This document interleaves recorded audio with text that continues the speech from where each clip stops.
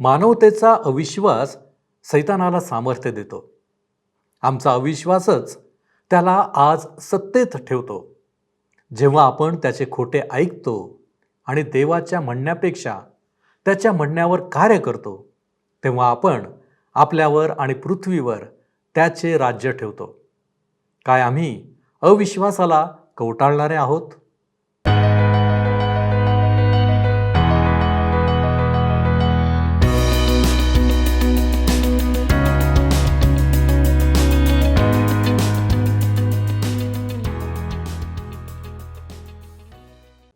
सर्व सृष्टीचा निर्माणकर्ता परमेश्वर याच्या नावाला मान, महिमा आणि गौरव सदा सर्व काळ असो. उपासना कार्यक्रमात आपणा सर्वांचे हार्दिक स्वागत.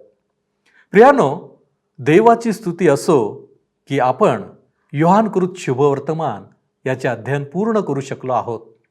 आजपासून आपण जुन्या करारातून अनुवाद या पुस्तकाचे अध्ययन सुरू करणार आहोत. अनुवादाच्या पुस्तकात इस्रायली लोकांचा बराचसा इतिहास समाविष्ट आहे. मिसरमधील गुलामगिरीतून बाहेर पडलेल्या इस्रायली लोकांच्या सारांशाने याची सुरुवात होते आणि होरेब किंवा सिनाय पर्वतापर्यंतचा प्रवास सुरू होतो. अनुवादाचे पुस्तक देवाचे वेगळेपण, उपासनेच्या कठोर केंद्रीकरणाची गरज आणि गरीब आणि वंचितांच्या स्थितीबद्दल काळजी यावर जोर देणारे आहे.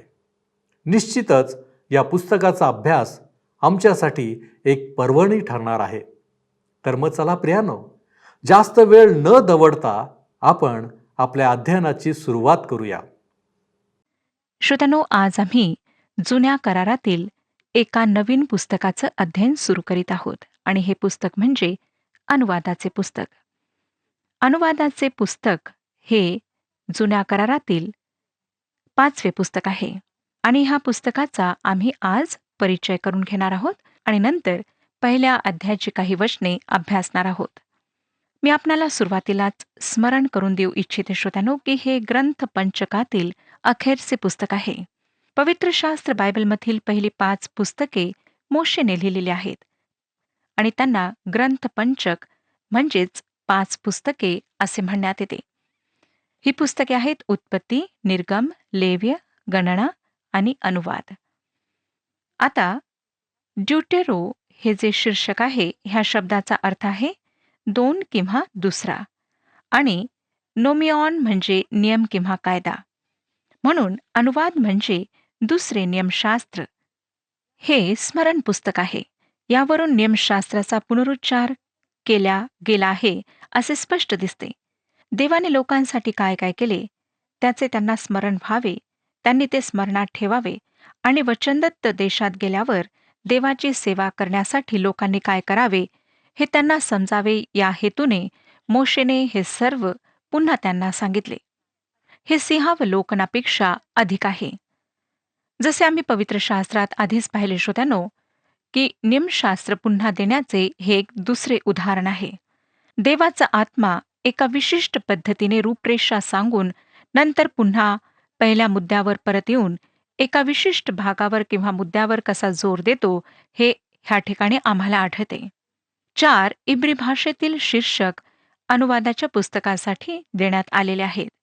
पहिले शीर्षक आहे डेबेरिम, ज्याचा अर्थ आहे शब्द किंवा हे शब्द आहेत, ज्याला प्रारंभी जे भाव मांडण्यात आलेले आहेत त्यातून घेण्यात आले आहे. सुरुवातीलाच आम्हाला वाचायला मिळतं की जी वचने मोशे बोलला ते. दुसरे जे शीर्षक आहे ते आहे नियमशास्त्राच्या 5व्या पुस्तकाचा शेजारी.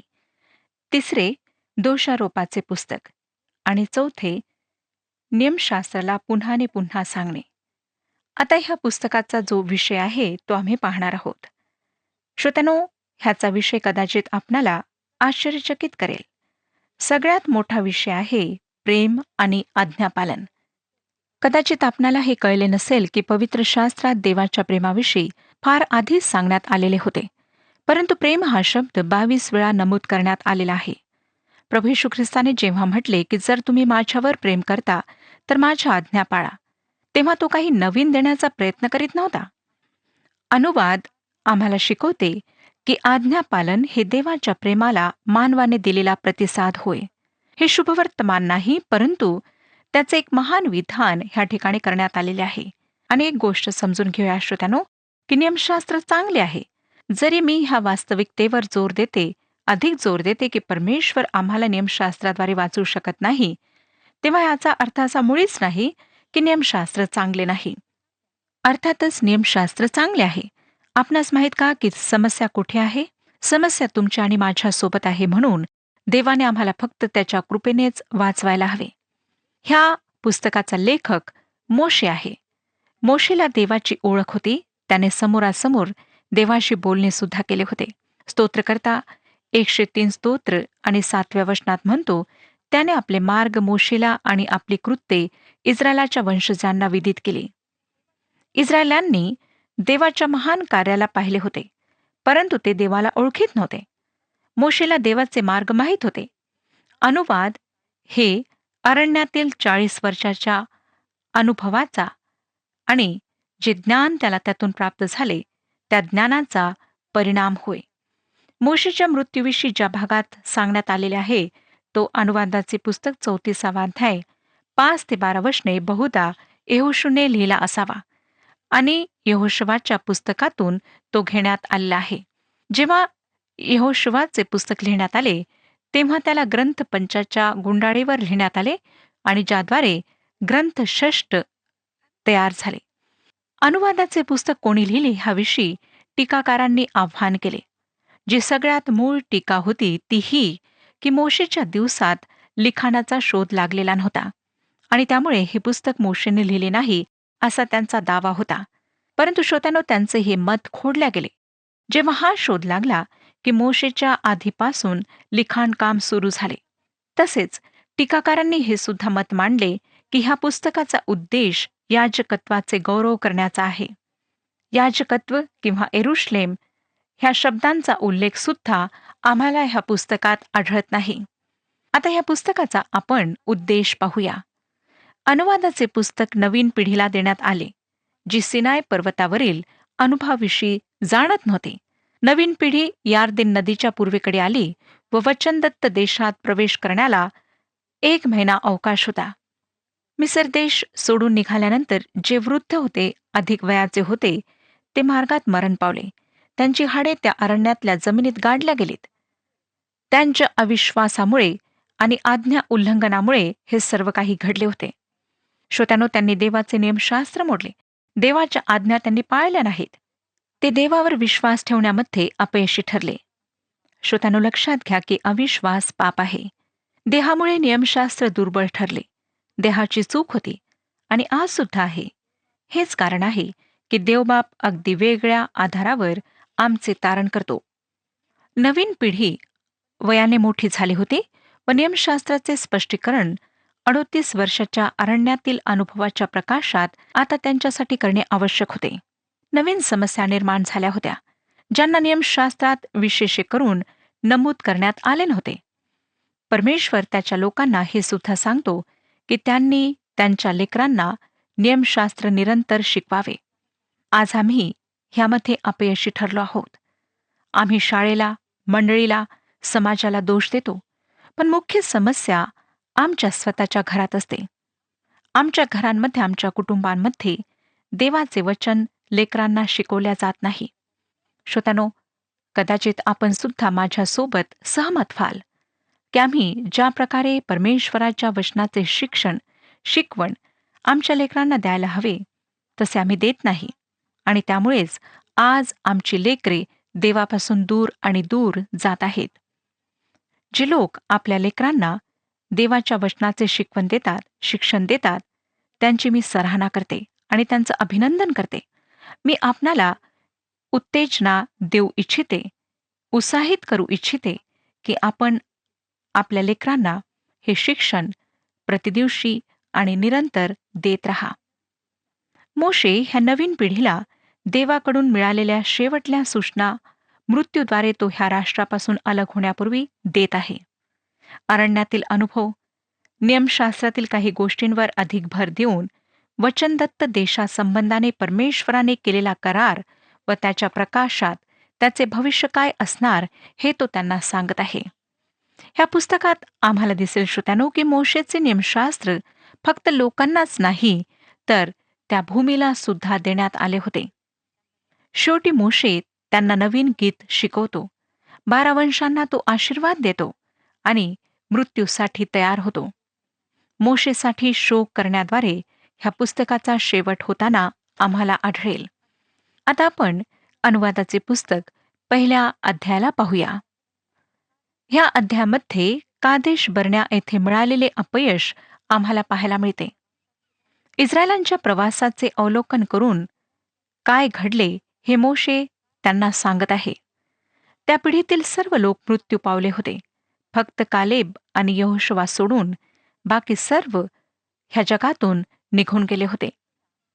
तो नवीन पिढीला त्या देशात प्रवेश करण्यास तयार करीत आहे आणि त्यांच्या वाडवडिलांना आलेले अनुभव त्यांना तो ह्या ठिकाणी सांगत आहे, जेणेकरून श्रोत्यानो, ह्या नवीन पिढीने त्या चुका पुन्हा न करता सुधारावे आणि आपल्या वाडवडिलांच्या अनुभवांवरून काही शिकावे. अनुवादाचे पुस्तक पहिला अध्याय आणि पहिलं वचन पहा काय सांगतं. यार्देनेच्या पूर्वेस रानातील आराबात सुफा समोर पारान, तोफेल, लाबान, हसेरोत व दी जाब ह्यांच्या दरम्यान जीवशने मोशे सर्व इस्रायलांशी बोलला तीही. आता तो प्रदेश एकदम विरान आणि ओसाड आहे श्रोत्यानो. इतक्या शतकांमध्ये तेथे काय घडले हे आम्ही त्याच्या स्थितीवरून ओळखू शकतो. जेव्हा मोशेने त्या प्रदेशाकडे पाहिले तेव्हा मला वाटतं तो प्रदेश चांगला हिरवा आणि सुंदर असा दिसत असावा. परंतु आज तो प्रदेश विरान पडलेला आहे, ओसाड झालेला आहे. दुसरं वचन सांगतं, होरेबापासून सेर डोंगराच्या मार्गे कादेश बर्न्या 11 दिवसाच्या वाटेवर आहे. सिनाय पर्वत होरेबमध्ये आहे. होरेबपासून कादेश बर्न्यापर्यंतचा प्रवास 11 दिवसांचा होता व हे वचनदत्त देशात प्रवेश करण्याचे स्थान होते. 11 दिवसात त्या देशामध्ये इस्रायली लोक प्रवेश करू शकत होते. पण श्रोत्यांनो, त्यांना त्यासाठी 38 वर्षे भटकावे लागले. का? त्यांच्या अविश्वासामुळे त्यांचा प्रवास भटकंतीमध्ये परिवर्तित झाला व ते त्या अरण्यात प्रवासी आणि भटकणारे असे ठरले. ह्याचे कारण म्हणजे एकतर त्यांचा अविश्वास आणि ते शिकण्यामध्ये फार धीमे होते. त्या भयंकर अरण्यात ते 38 वर्षे भटकत राहिले.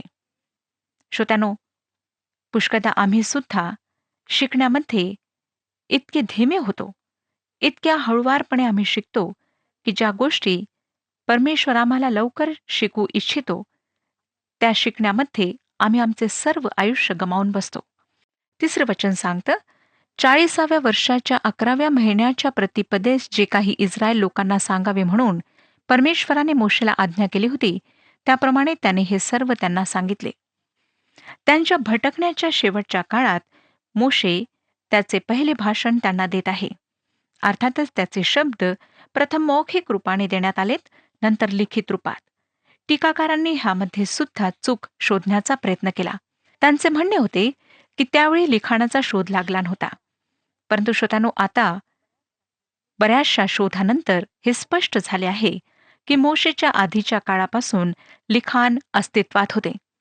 मोशे बोलणारा होता, ज्याने हे भाषण दिले तरी सुद्धा तो हे स्पष्ट करतो की हे देवाने दिलेले आहे. आता कादेश बर्न्या येथे त्यांना कसे अपयश प्राप्त झाले ते आम्ही पाहणार आहोत. त्यांचा इतिहास सांगताना व त्यांच्या प्रवासाविषयी सविस्तर सांगताना मोशे स्वतःची एक मोठी चूक सुद्धा कबूल करतो. 9वं वचन, त्यानंतर 12वं वचन आणि 13वं वचन आम्ही वाचणार आहोत. पहिला अध्याय 9वं वचन पहा. त्यावेळी मी तुम्हाला सांगितले होते की मला एकट्याला तुमचा भार सहन करवत नाही.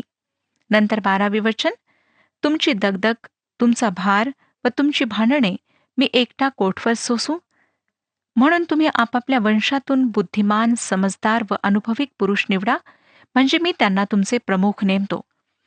ह्याचा वृत्तांत आम्हाला निर्गमचे पुस्तक 18व्या अध्यायामध्ये वाचायला मिळतो.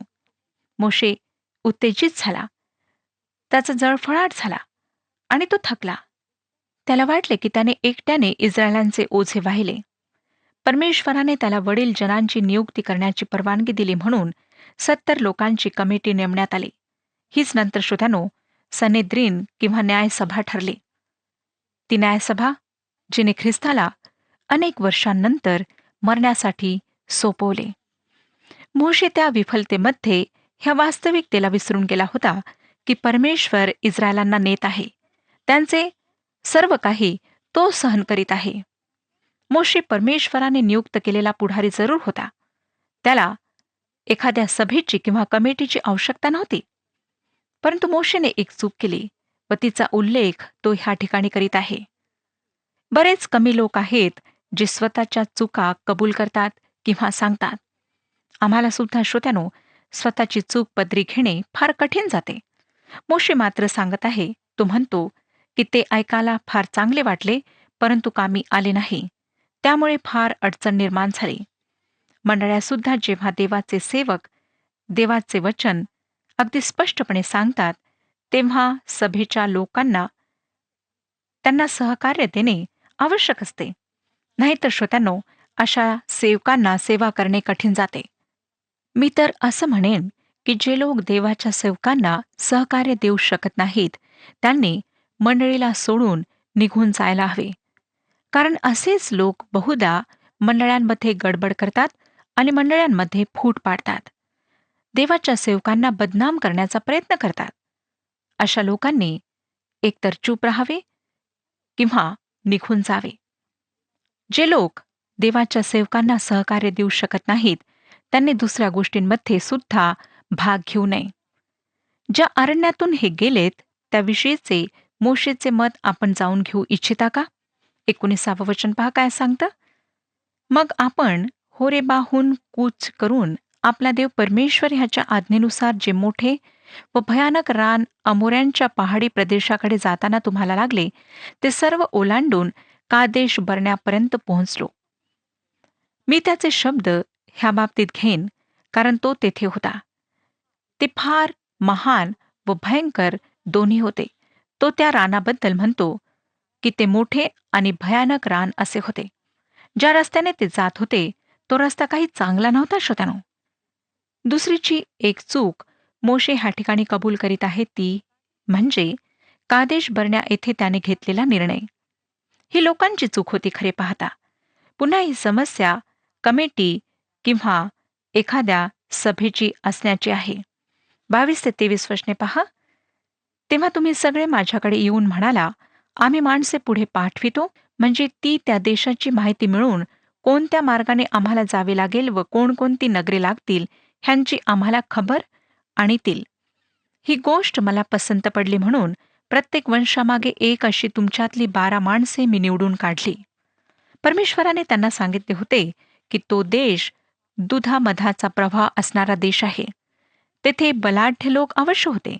परंतु देवाने त्यांना सांगितले होते की तो त्यांची काळजी घेईल. तो त्यांना सुरक्षित ठेवेल. लोकांना कमिटीची आणि मोशेला सुद्धा कमिटीची गरज पडली. परंतु ह्याचा परिणाम काय झाला ते पहा. हेच कारण होते श्रोतानो की ते त्या भयंकर अरण्यात पुन्हा वापस परतले. मूळ कारण आहे अविश्वास. देवाने त्यांना सांगितले होते की तो उत्तम देश आहे. हेरांनी जाऊन सगळे पाहून तो उत्तम देश आहे हे कबूल सुद्धा केले होते. परंतु ह्या लोकांनी म्हटले की तेथे धिप्पाड उंच लोक आहेत. परमेश्वराने म्हटले की तो त्या धिप्पाड लोकांना पाहून घेईल. तो त्यांच्यापासून त्यांचे संरक्षण करेल कारण तो इस्रायलांना शक्ती देईल. परंतु त्यांनी परमेश्वराच्या म्हणण्यावर विश्वास ठेवला नाही. पुष्कदा श्रोत्यानो, आजचे जे ख्रिस्ती लोक आहेत त्यांचा ह्या जीवनात धिप्पाड लोक विरोध करतात. मला खात्री आहे की देवाची लेकरे होण्याच्या नात्याने आपण स्वतःला धिप्पाड लोकांच्या देशात काय परिस्थिती येते ते अनुभवले आहे. माझ्यावर विश्वास ठेवा.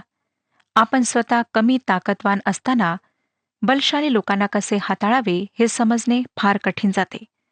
परमेश्वराने मात्र आम्हाला हेच आश्वासन दिले आहे की तो आमच्याकरिता धिप्पाड लोकांना पाहून घेईल.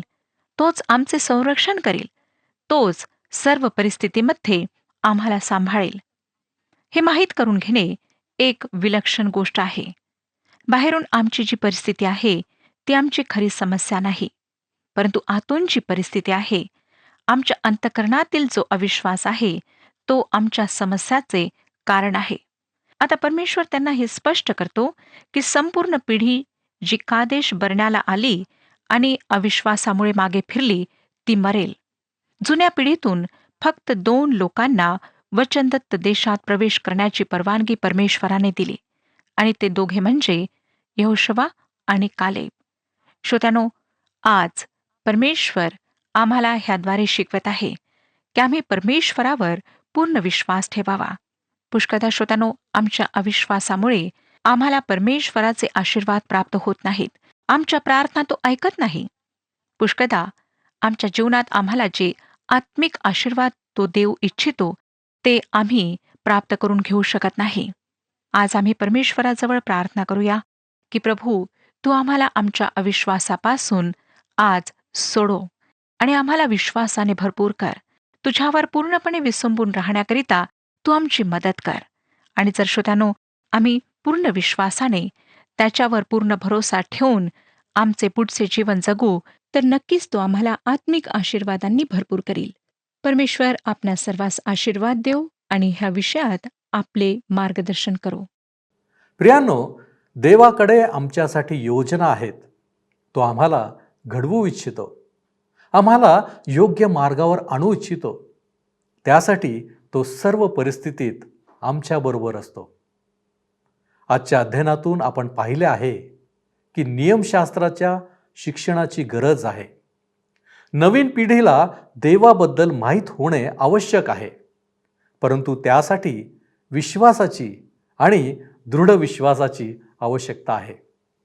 तरच आम्ही देवावर निर्भर राहू शकतो. अविश्वास आम्हाला उद्ध्वस्त करू शकतो. अविश्वासामुळे आम्ही देवापासून दूर जातो.